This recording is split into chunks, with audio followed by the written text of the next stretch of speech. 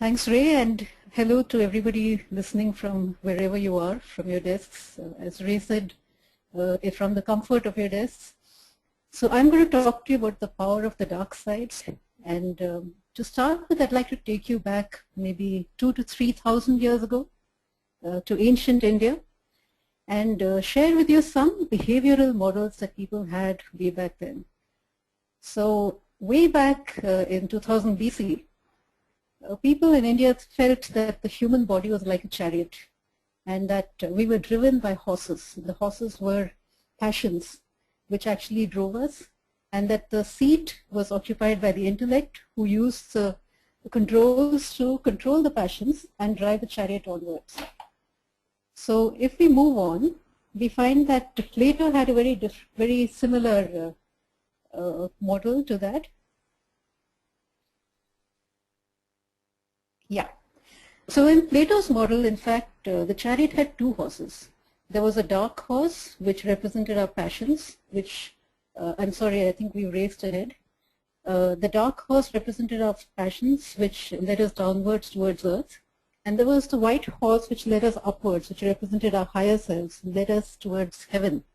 So basically, the human body, or the chariot, consisted of the intellect, which was in the driver's seat, which controlled both the horses to move forward. But if we move on to modern times, we find that we have a completely different way of looking at things. We look at man as a rational animal, and we have a lot of focus on the rationality of the animal. And we say that we are driven by these needs, and we fulfill our needs in a very logical, rational manner. But the point is that perhaps in all this, we have ignored the animal. So my question is, are we rational animals or are we rationalizing animals? Could it be that we are actually driven by our animal desires, which was embodied in the 7 deadly sins, as shown by the Christian Church, which is gluttony, avarice, lust, pride, wrath, envy, and sloth? Could these be the real drivers of behavior? So this was where we started this query, and what we did was we had a few thoughts that we went in with. The first thought was that the 7 deadly sins actually encapsulate the powerful passions that drive behavior. Second, that successful brands directly address these passions, and that's why they're successful. And if this is the case, perhaps we can evolve a framework around the 7 passions, which we can actually use in brand development and communication. So we set out with these thoughts, and we had an entire process to figure out whether this was indeed the case. We started with some literature survey. We spoke to industry experts, which basically involved people in advertising, marketing, people dealing with successful brands. We studied the positioning and communication of successful brands. And from this, we developed the construct. After we developed the basic construct, we did 20 one-on-one interviews with young working adults in Mumbai and Delhi to see if the construct actually worked, and to see if there was a methodology by which we could derive these passions or understand the passions and see where people fitted on, or where brands fitted on the passion wheel.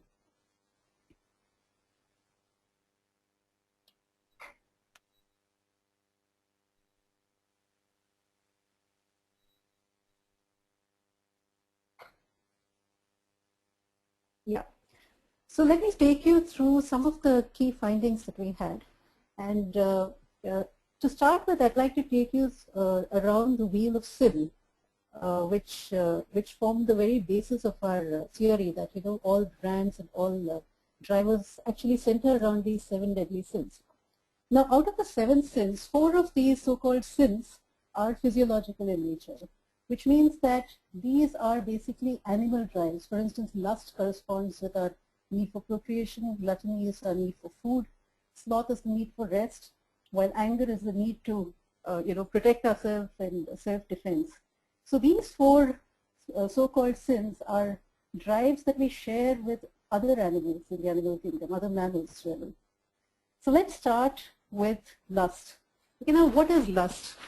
Lust is much more than just sex.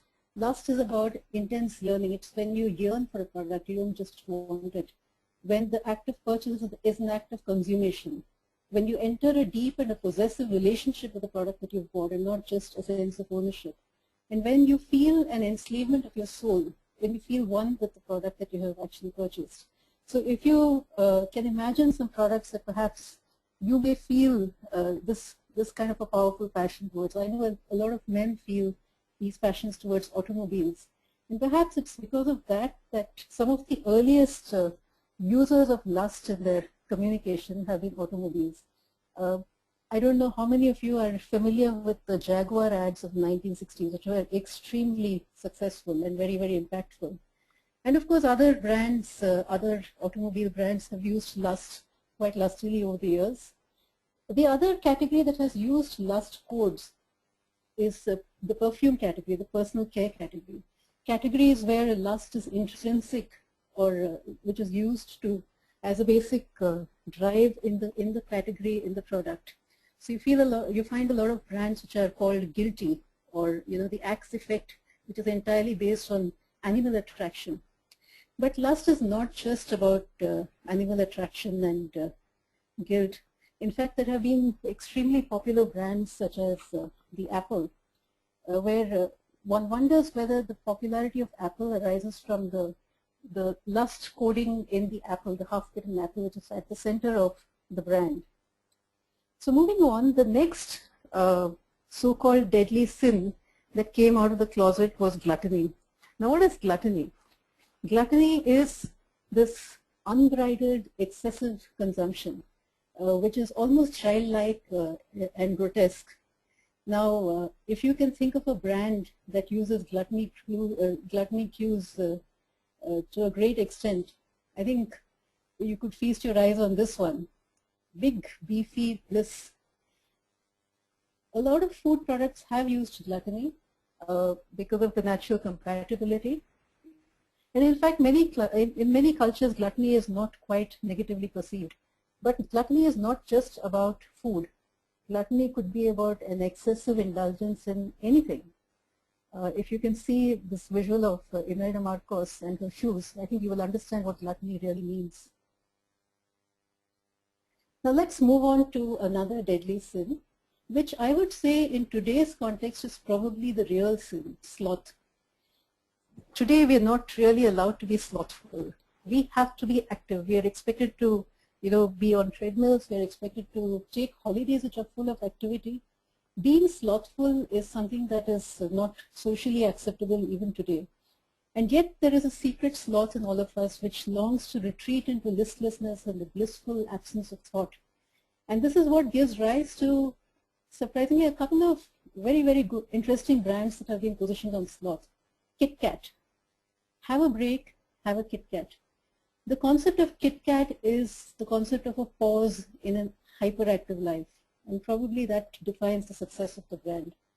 Another iconic figure is Jughead of the Archie comics, who is the epitome of gluttony and sloth. I don't think we can deny that.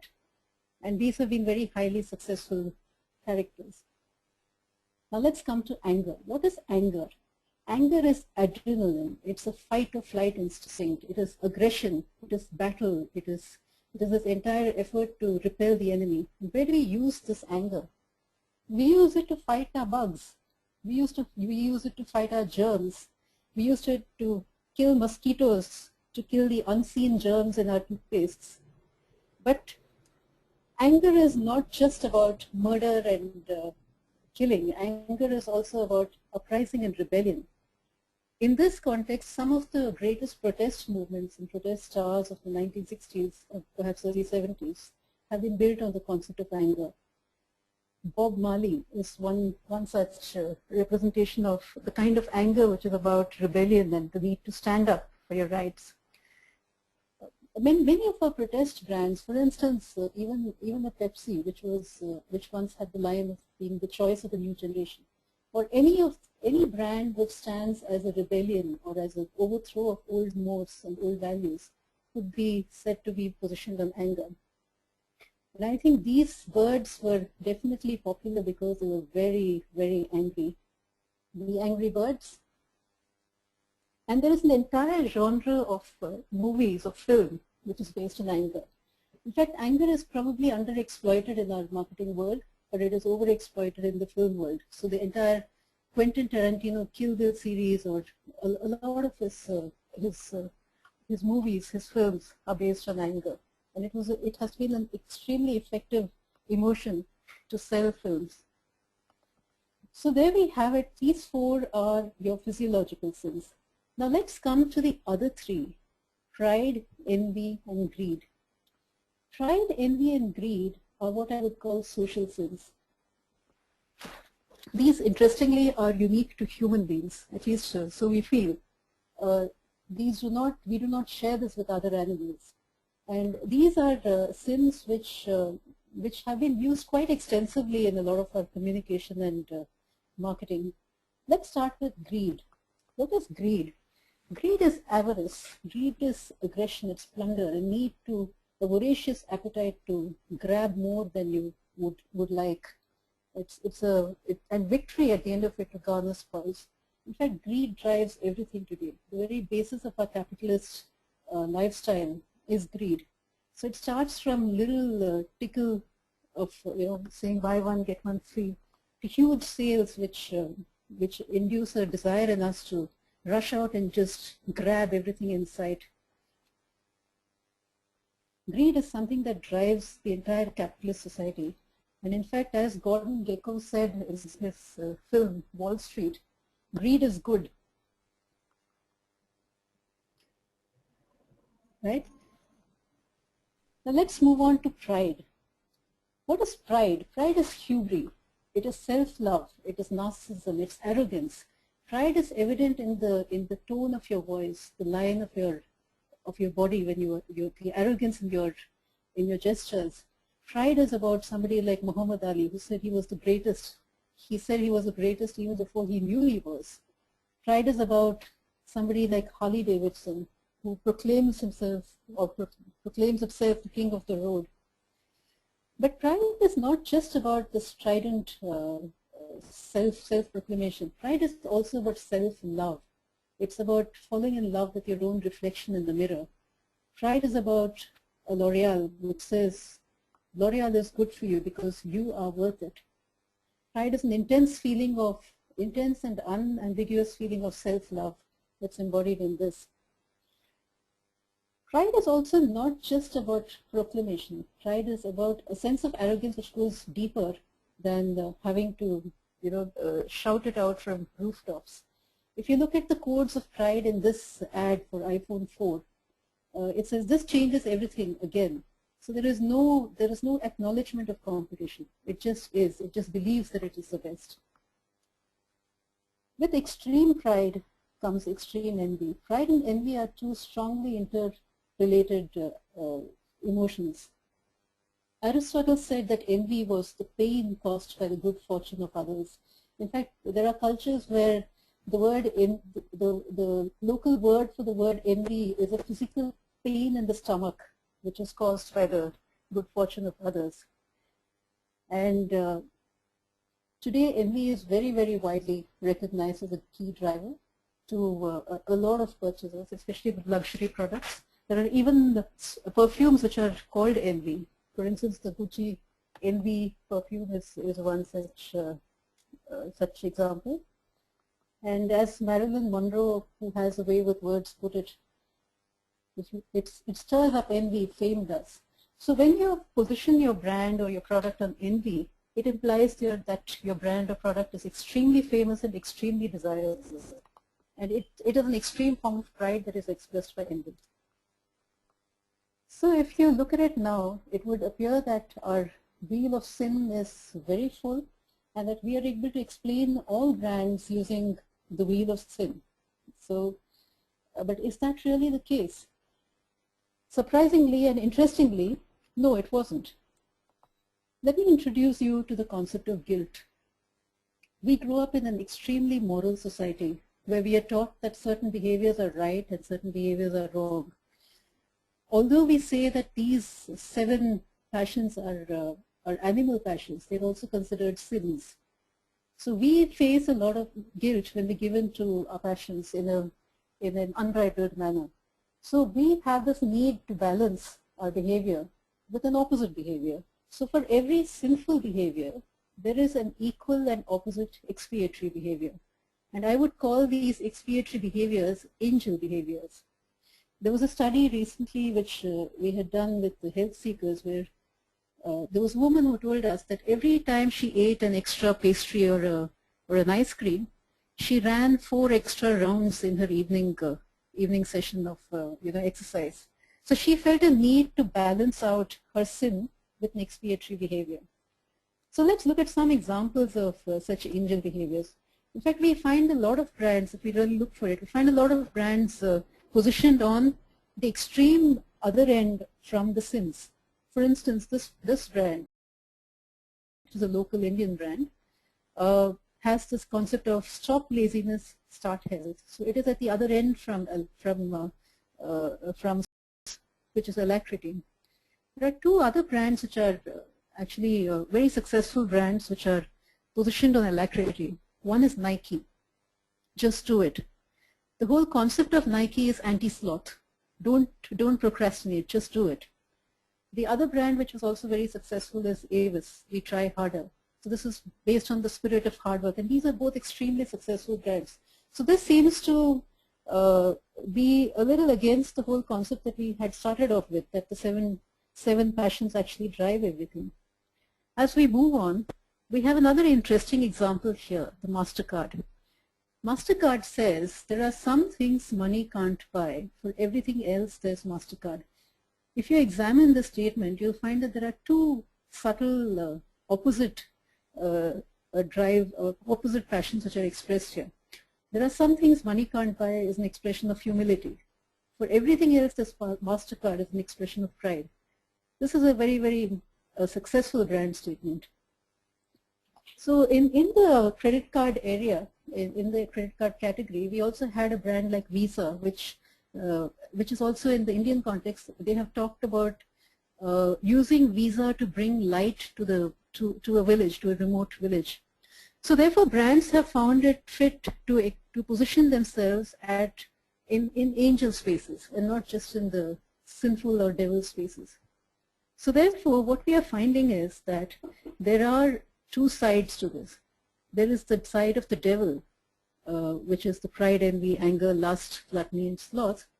And then there is a side of the angel, which has the opposite values, which is humility, compassion, peace, chastity, abstinence, and alacrity or diligence. So what we find is that around the wheel of sin, we have a wheel of virtue. And suddenly we are back to where we started with Plato. There is a dark horse and there is a white horse. And the human uses both the horses to move forward. So from these concepts, we evolved what we call a passion wheel. So if you look at the passion wheel, the top half of the passion wheel has the social values, and the bottom half of the passion wheel has the physiological values. And at the central part of the passion wheel has the 7 so-called deadly sins or the 7 passions. And on the outer ring, you have the passions of the angel values, which are pacifism, humility, compassion, and so on. Now let's see how this works. Let's take the example of food, right? So let's start the wheel with lust as ever. You have these craving foods, which are highly lustful. At the other end of the spectrum, you have the chaste foods, the daily breads, which are there across cultures. These are devoid of craving. These are devoid of lust. Then you have the gluttonous foods. Can you think of potato chips? Maybe. You know, you can't resist potato chips. You need to have much more than just a few. And at the other end of the spectrum, you fit foods which are about yoga or exercise or freedom from calories, which are positioned on the idea of lack of excess. Then you have thoughtful foods, which are about calming down, about relaxing, about sipping a hot tea, herbal teas, and so on. On the other hand, you have highly energetic foods, which are about high activity and energy, power foods. In the space of anger, you could have gums, which express rebellion against the authorities. And on the other hand, you have products which are about pacifism, which are cooling, soothing foods, which are about putting you down to rest and anti-rebellion. Then in pride, you have, if you take the pride and envy space, you have gourmet foods, which are extremely expensive, difficult to attain by the people without too many means. On the other hand, you have brands which are positioned on the concept of humility, which is about mass, affordable foods, food for all.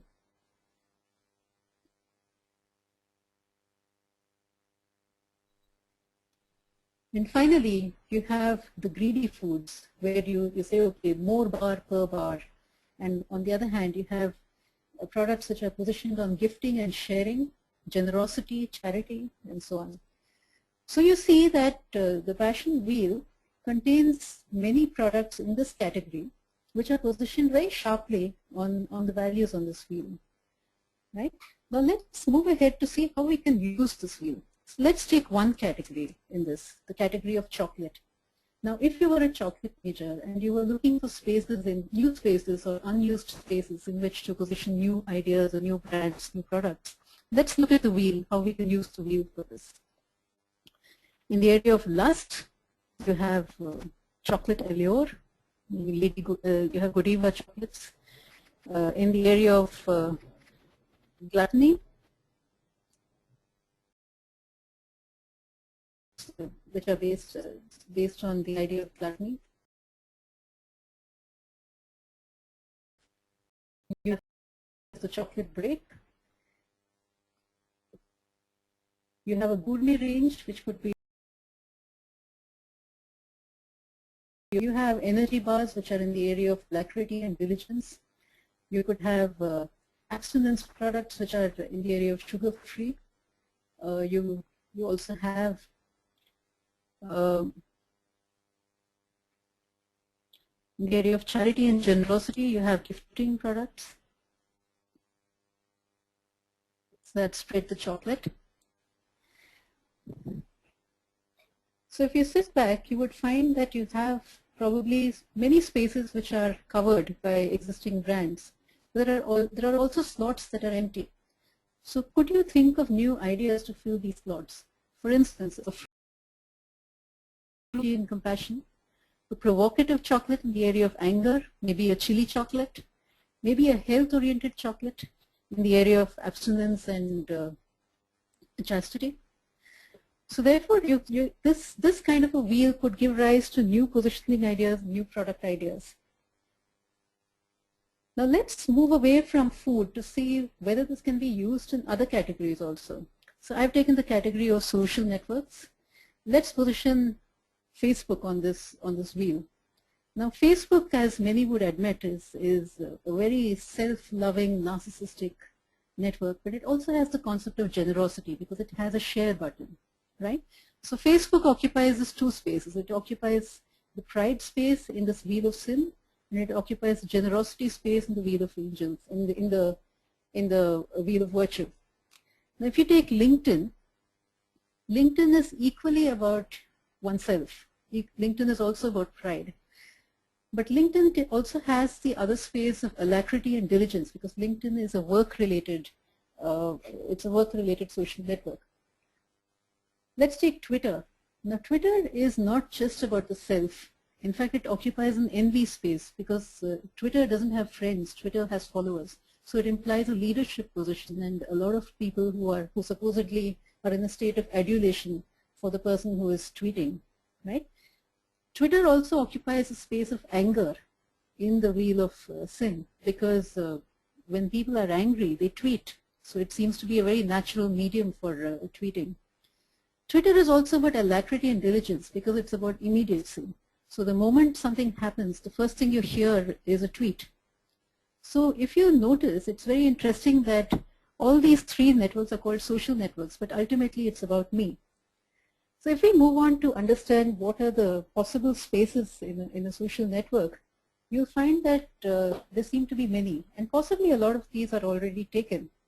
But if you use the insight that social networks are not just about society or being social, but they're all about me, you suddenly find that if you anchor the thought in pride and combine it with various other spaces, you have not just your 14 spaces, you'll probably have many more.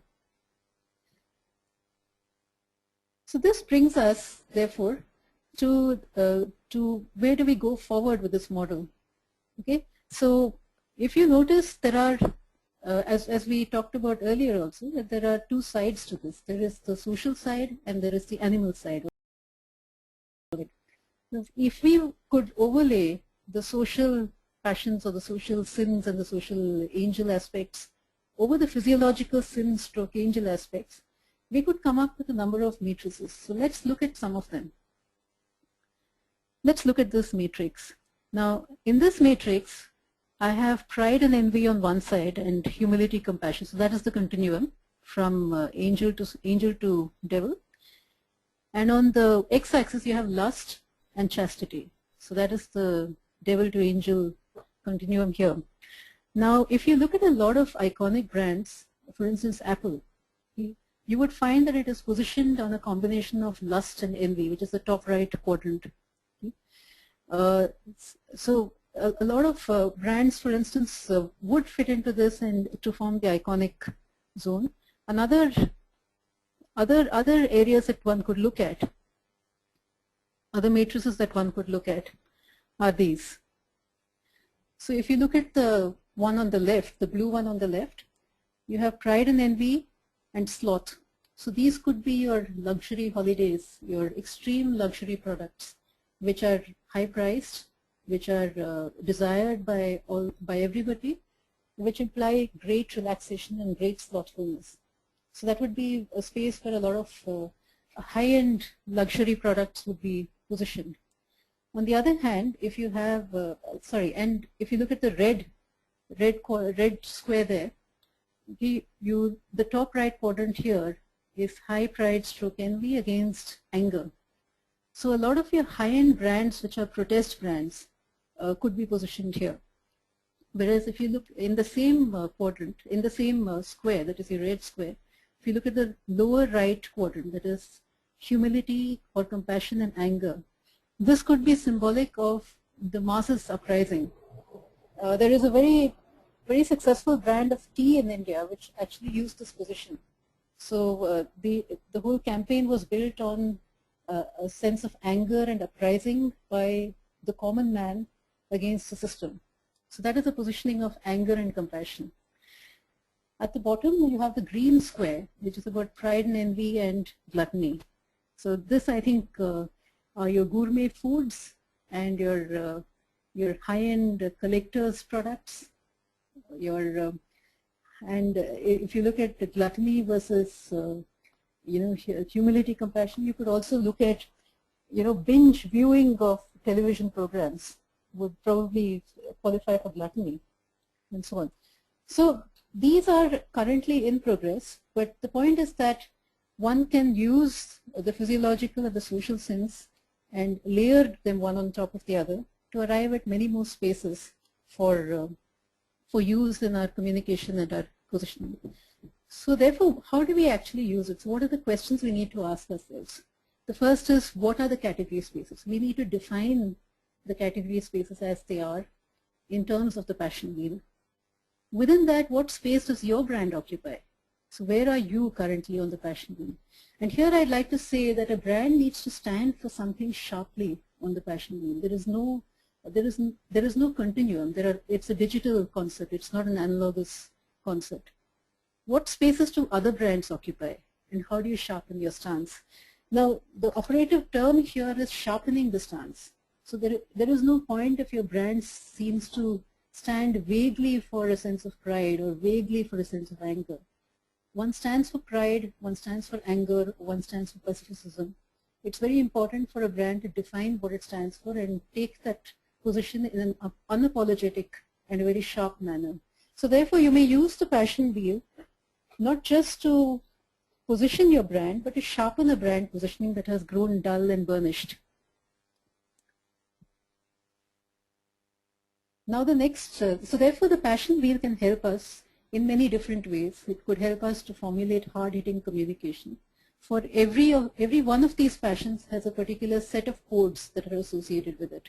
So if we understand the codes, then you could sharpen the communication that you are using for your brand, and make sure that you center on the codes that that particular passion really stands for. You could use it for brand positioning, as I said, that you could sharpen your stance. You could use it for brand architecture and brand portfolio. So if you use the passion wheel and look at the spaces and see within your portfolio, where do your brands really stand, you could probably find a few more spaces where you could introduce new ideas, or carry your brand from one space within the spaces. And finally, ideation for new platforms and products, which is where this has proved to be extremely useful. Now we come to the research question. What is the methodology that one uses to actually arrive at, or how does one detect what passion your brand stands for or your category stands for? Now, as I mentioned early in this talk, that we did 20 one-on-one interviews to try and develop a methodology that could be used for identifying products and brands, or placing products and brands on the passion wheel. Now, one discovery we made is that passion lies extremely close to the surface. There is no need for deep digging. There is no need for laddering till your brand forms a stairway to heaven. You just need to speak to a person for a very short period of time to understand the passion. So that was one big discovery that we made, that passion lies close to the surface. One probes for the passion, for the strength of the passion, and the content of the passion. Now, if you may have noticed that as I talked about the different passions, each of the passions carries 2 to 3 different shades. For instance, in the area of pride, if you remember, I talked about hubris and arrogance. At the same time, there's a concept of narcissism as well. So when you are looking for what kind of passion your brand stands for or your category stands for, one may need to look for these shades as well. So this is what I mean by content of the passion. And then avoid rationalizations. We are not talking about the rational part of the animal. We are talking about the animal part. So therefore, the whole concept here is to avoid rationalization, which people are much given to, and to stay with mining and understanding what the passion really means. So what was the method that we followed in this process? We had very short half-an-hour interviews. Within this half an hour, we got the respondent to talk about their feelings for a particular brand that we picked for them. The free flow emotions they used, they were able to express themselves in whatever manner they wished to. They could come up with stories and anecdotes around the brand. Stage 2, we gave them pictures and asked them to explain themselves using the pictures, explain their passion using the pictures. So these were the metaphorical inputs. And at stage 3, we had evolved 14 passion statements around the 14 passion spaces. So we gave the passion statements to our respondents and got them to associate different statements with the way they felt about the brand. Now, there is no clear one-on-one correspondence, in the sense that the statements that people picked were used for people to explain themselves better. So when we analyzed, we didn't say that these were the statements picked in relation to these brands. We talked more about the content of what they said when they explained themselves using the statements. So we analyzed these interviews for the passion content and mapped these on the passion wheel using emerging codes. So this was a very interesting and passionate journey for us and our team. And I'd like to say at this stage that the codes are still evolving, the model is still evolving, the ways to use it are still evolving, and that's where we are today. And I'd like to end with the words of D.H. Lawrence, who said, "When genuine passion moves you, say what you've got to say and say it hot." And no, that is not D.H. Lawrence in the picture, but I thank you very much for listening wherever you are. Thanks, Ray. All yours. Thanks, Shobha. Absolutely excellent.